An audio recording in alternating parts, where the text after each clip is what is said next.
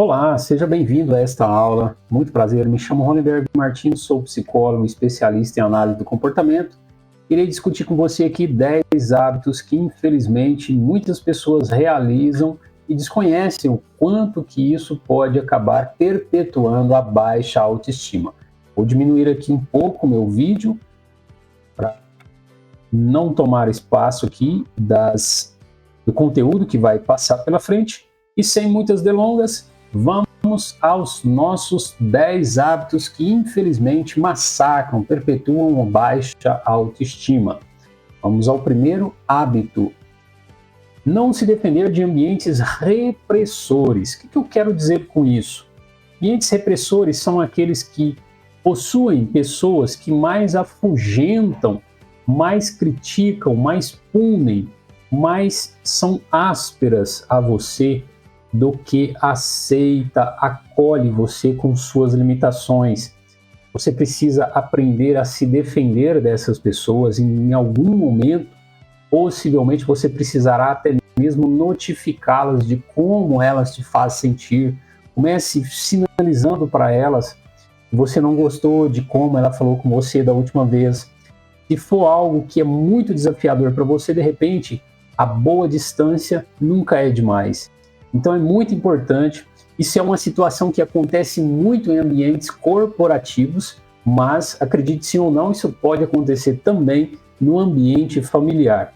E por isso eu trouxe aqui para você, que hoje eu somo mais de 15 anos de experiência clínica, estou trazendo aqui essas informações com base nas visitas à literatura científica do meu instrumento de trabalho.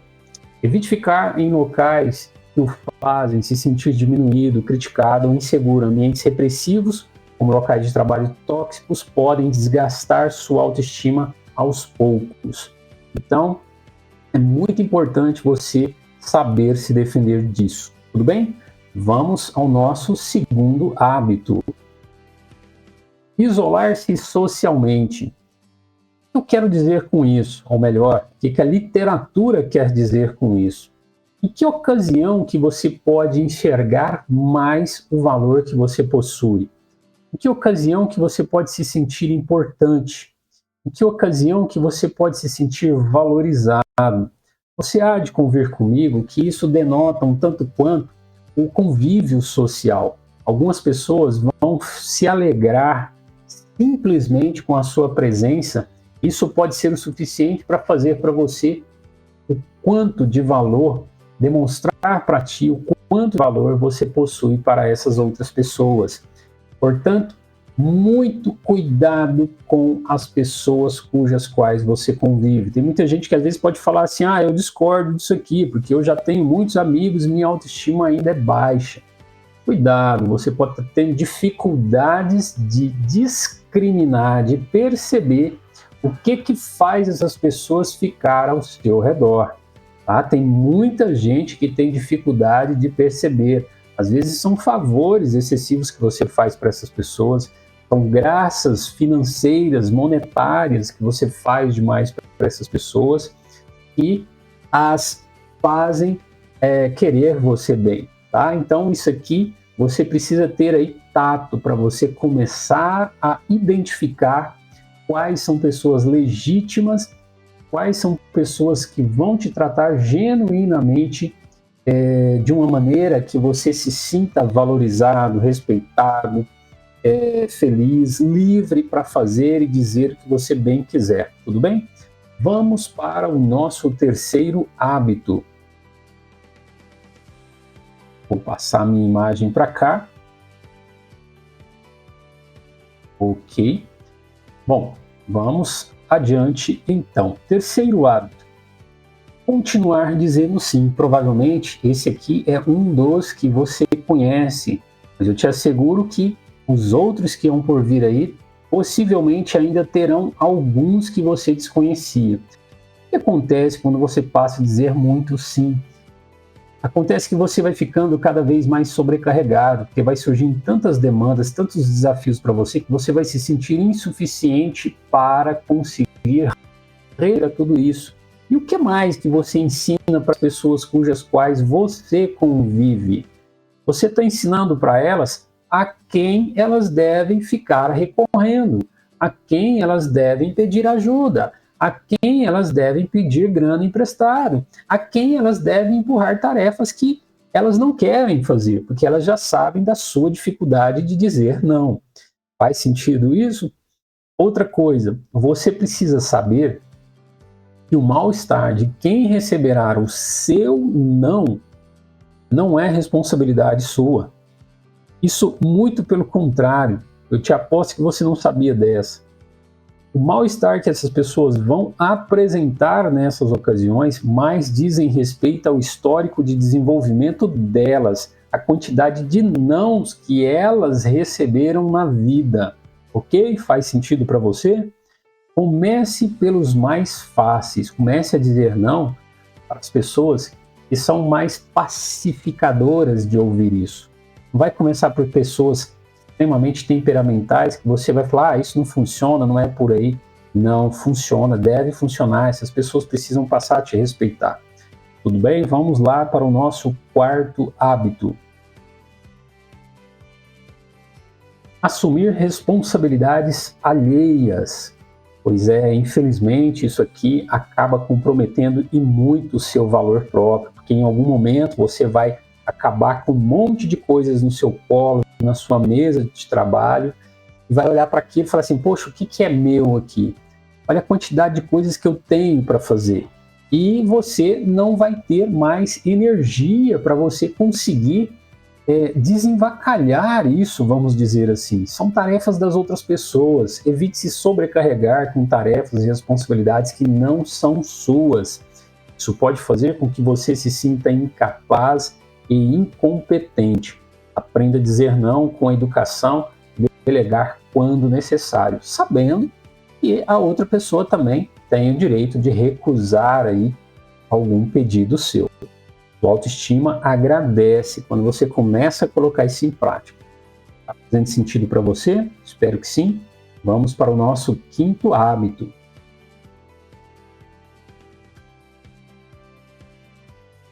Desconhecer a assertividade. Eu não sei o quão familiar é para você essa palavra, mas se você a desconhecia, você precisa entender o seguinte. Ser assertivo, a grosso modo, é você exigir que os seus direitos humanos básicos sejam respeitados. Logicamente, muitas pessoas, quando pensam isso, quando leem isso, quando passam a conhecer essa informação, elas falam, poxa, mas será que eu não vou ser abusiva demais? Não, você vai exigir que os seus direitos humanos básicos sejam respeitados, respeitando os direitos das outras pessoas. E eu acredito que tem alguém que vai falar, mas eu desconheço quais são os meus direitos humanos básicos. Você tem um smartphone, você tem internet, você digitando aí direitos humanos, você vai conseguir identificar quais são os seus direitos ali, quais comportamentos que você pode passar a implementar. Você vai ver que é algo extremamente libertador. Tá? Então conheça aí os seus direitos humanos.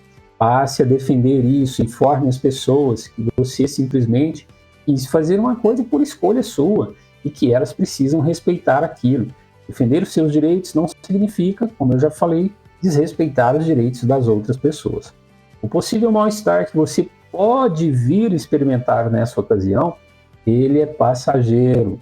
Quantas e quantas vezes na sua vida você já não se emocionou por N motivos? E aquilo passou, depois de um tempo, um certo tempo aquilo passou. Tudo bem? Então, por que não? Isso não poderia passar, certo? Vamos adiante ao nosso sexto hábito. Fazer pedidos usando indiretas. O que isso significa? O que isso sinaliza? Indiretas são essas? São as pessoas que não dizem diretamente o que elas estão querendo ou o que elas não estão querendo. Por que elas costumam adotar esse tipo de comportamento? Em grande maioria das vezes, embora não podemos generalizar, isso representa um comportamento de fuga, de esquiva. É uma mera tentativa da pessoa continuar mantendo uma avaliação positiva ou, no mínimo, uma avaliação neutra daquela pessoa acerca dela. Então, ou seja, a pessoa manda uma indireta para pedir um favor com receio de que a outra pessoa recuse aquilo e ainda critique-a e ainda a maltrate. Então é uma mera tentativa de manter uma boa avaliação no seu interlocutor. Quando as pessoas fazem isso, olha lá, o que eu acabei destacando aqui nesse texto, nesse trecho aqui, para ficar bem claro para você. Procure evitar indiretas para fazer pedidos, pois se assim fizer e eles forem atendidos, pode apostar que a tendência é que você não desenvolverá autonomia e liberdade, porque o que foi reforçado é mais uma resposta inassertiva. Qual? O pedido indireto. Às vezes uma pessoa chega, por exemplo, deixa eu dar um exemplo aqui para você. A pessoa chega numa sala e o ar-condicionado de uma clínica está muito gelado. Ao invés dela falar assim, você poderia, por gentileza, diminuir a temperatura do ar da sala? Está muito frio, estou com frio. Não, a pessoa fala, poxa, é gelada a sua sala, né? Nossa, como está frio aqui, hein? Percebe-se que ela não fala diretamente em primeira pessoa, ela não fala o que está causando mal-estar nela. É uma mera tentativa de evitar com que o outro se exaspere com ela, sendo que você não tem controle sobre isso. Vamos ao nosso 7º hábito. Recorrer a opiniões alheias. Conhece pessoas que fazem isso? Não é difícil de constatar algumas pessoas fazendo isso corriqueiramente, sim? Isso também significa em grande maioria das vezes, uma mera tentativa de evitar possíveis consequências adversas que vão ocorrer. Você precisa saber de uma coisa. Desde da nossa mais tenra infância, foi muito nos ensinado e cobrado, por sinal, que nós devêssemos ter controle do máximo de coisas que nós viéssemos fazer na vida. A começo de conversa, você vai para uma escola, uma instituição, você vai ser ensinado, vão te passar conhecimentos, informações, você vai buscar uma carreira profissional, depois você vai buscar um trabalho, você vai estar ali no seu posto de trabalho tentando controlar variáveis que poderiam culminar em problemas. Mas ainda assim, muitas delas fogem do nosso controle. Então, quando as pessoas ficam muito presas a essas opiniões alheias, elas adoram que os outros chegam e digam para ela o que ela tem que fazer, que roupa ela tem que vestir, o que ela tem que comer, onde que ela tem que ir, que hora que tem que ir, o que ela tem que fazer. Isso é maravilhoso, por quê? Se alguma coisa der errado, de quem é a responsabilidade? Pois é, ela vai jogar sempre para outra pessoa, ela se esquiva das adversidades consequenciais que poderiam ter caso o comportamento da escolha, da opinião fosse genuinamente dela.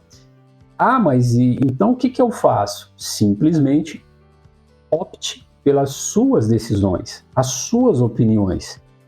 Por quê? Porque pelo menos assim você vai tirar lições delas e é assim que você está valorizando a si mesmo, a sua própria identidade. Espero que esteja fazendo sentido para você aí essas informações.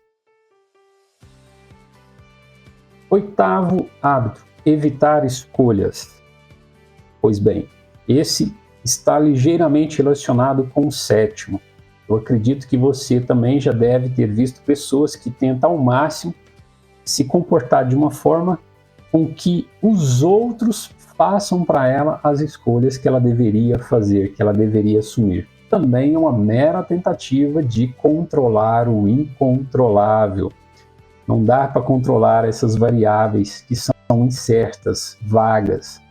Por quê? Porque elas ainda estão por vir. Então não temos muito controle. Esse é mais um comportamento de tentativa de evitar o que não temos controle, como está dito ali.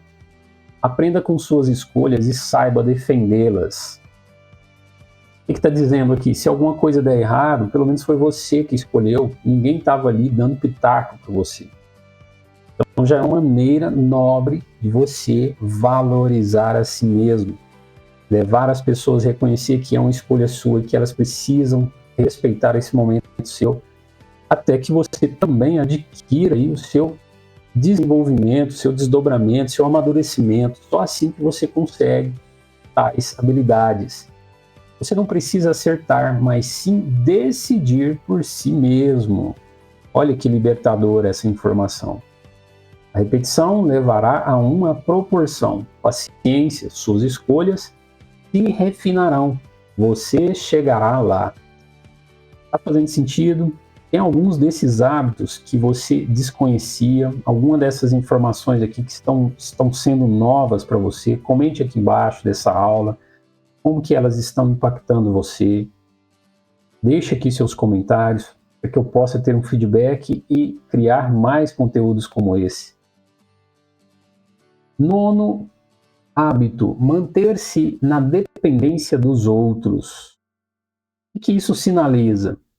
Quando nos comportamos a depender muito dos outros, né? Isso é muito comum acontecer no ambiente familiar. Não é de se duvidar que existem muitas pessoas que têm uma dependência muito grande do cônjuge, dos pais, dos filhos, do esposo, da esposa, enfim, etc, etc e tal. E isso massacra a autoestima da pessoa. Por quê? Porque primeiro vai jogar tudo que nós discutimos aqui nos 8 outros hábitos que já discutimos aqui. Você for olhar eles ali, você vai perceber que se tiver alguém que fica ali incisivamente tomando decisões, dando sugestões, dando muitas orientações, a pessoa acaba se tornando uma pessoa que está controlando a vida da pessoa que está com baixa autoestima. Então é muito importante você saber que a dependência dos outros pode muito bem deflagrar e muito aí a autoestima de uma pessoa. É importante a pessoa adquirir cada vez mais autonomia. Aprimore suas decisões, defenda-as, pois são suas. Exija que as pessoas respeitem-as. Ter interdependência, aprenda a pedir ajuda quando necessário, mas mantenha sua independência. Se tiver uma tarefa que você não estiver conseguindo fazer sozinho, não tem nada, nenhum problema você convidar ali, chamar alguém para te ajudar, sabendo que essa pessoa também não é obrigada a fazer isso por você e com você. Mas você manter-se na independência é muito importante para a manutenção, o desenvolvimento contínuo da sua própria autoestima, da sua própria autonomia e liberdade. Vamos para o nosso 10º e último hábito. Espero que esteja fazendo sentido para você aqui essas informações. Comente aqui como que está sendo para você esse conhecimento. 10º hábito, não defender o que é bom para você. Olha que libertador isso. É muito comum as pessoas ter dificuldade até mesmo de reconhecer o que é bom para ela. Porque ela passou a fazer muito o que é bom para os outros.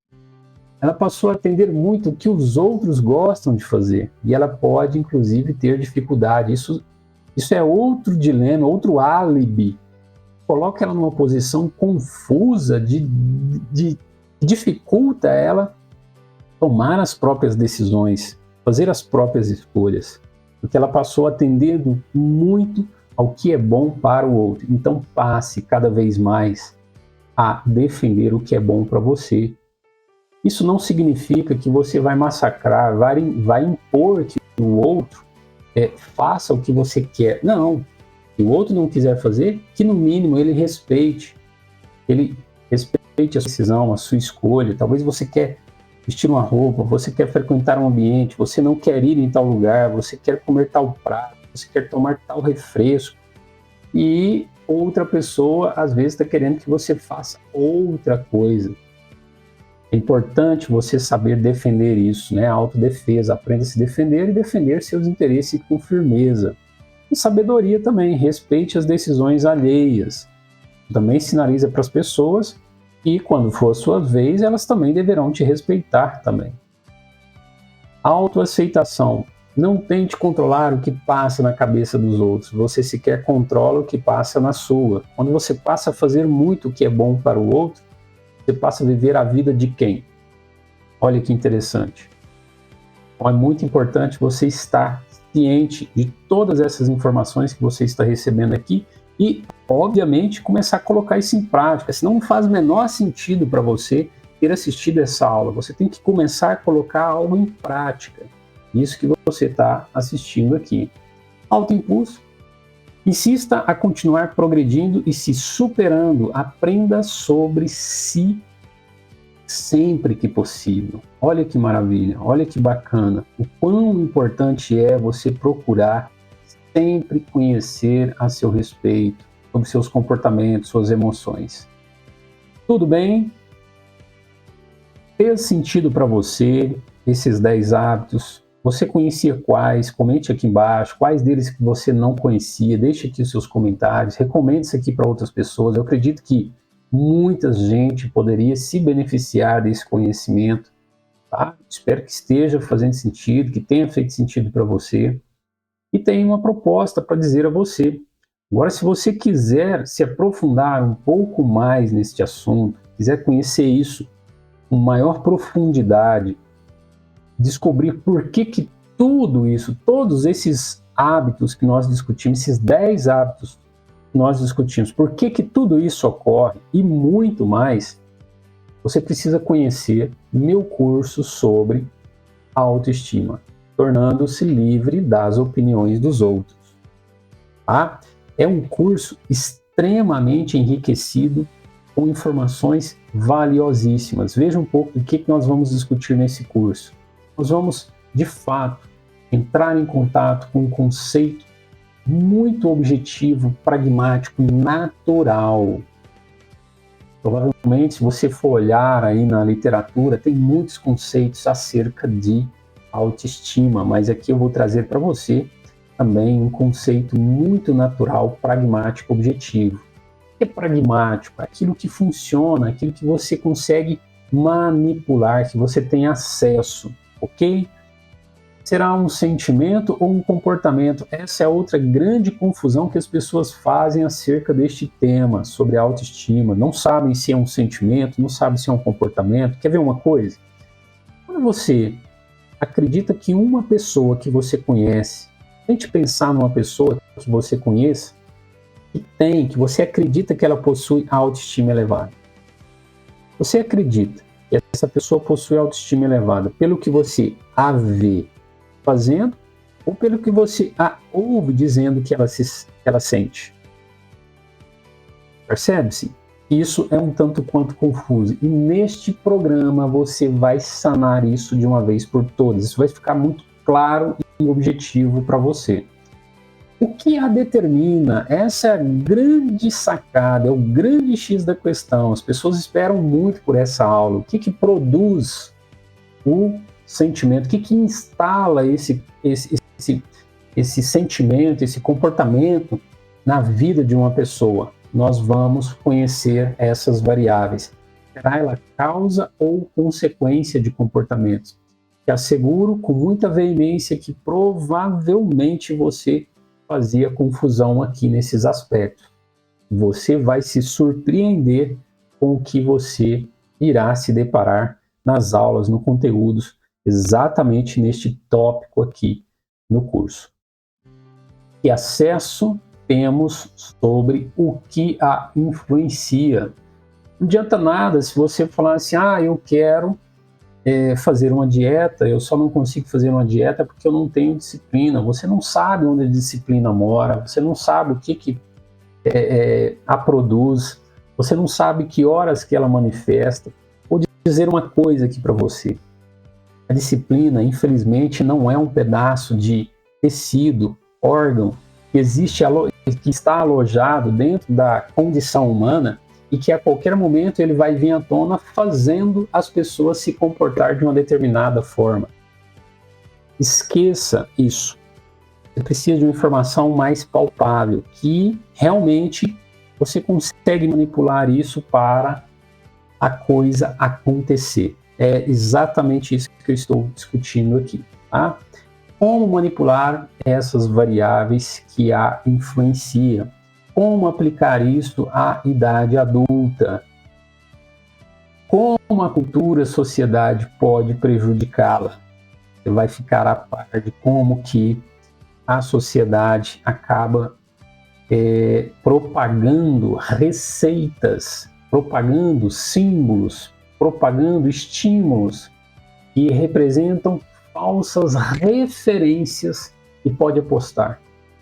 Tem centenas de milhares de pessoas tentando seguir isso. Quase que adoecidamente, sem enxergar que é uma corrida incansável que não tem um destino, tá? Então, tudo isso aqui neste material e muito mais, como eu disse. Depois deste curso, você terá uma visão pragmática e objetiva sobre este assunto, enxergará as variáveis concretas que a influencia, que a melhora ou que a prejudica. Você conseguirá colocar em prática isso, tudo bem? Saberá o passo a passo para melhor manipulá-la favoravelmente. Independente se você é um profissional de saúde, psicólogo, ou se você é uma pessoa que está simplesmente interessada em conhecer mais sobre este tema e implementar comportamentos que fortaleçam isso. Ok? Bom, é praticamente isso que eu vim trazer aqui para você. Se você quer ter acesso a essa aula, a esse conteúdo integral imediatamente deste curso meu, eu vou deixar um link aqui na descrição desta aula, desse vídeo. Você acessa e faz a sua inscrição imediatamente e começa a ter acesso a todo este material. Tudo bem? E qualquer dúvida, me chame. No início dessa aula tem lá meu contato. Também comente aqui embaixo como que foi para você esse conteúdo. Qualquer dúvida, estarei à disposição. E aguardo você no conteúdo aí integral, tá bom? Obrigado, valeu!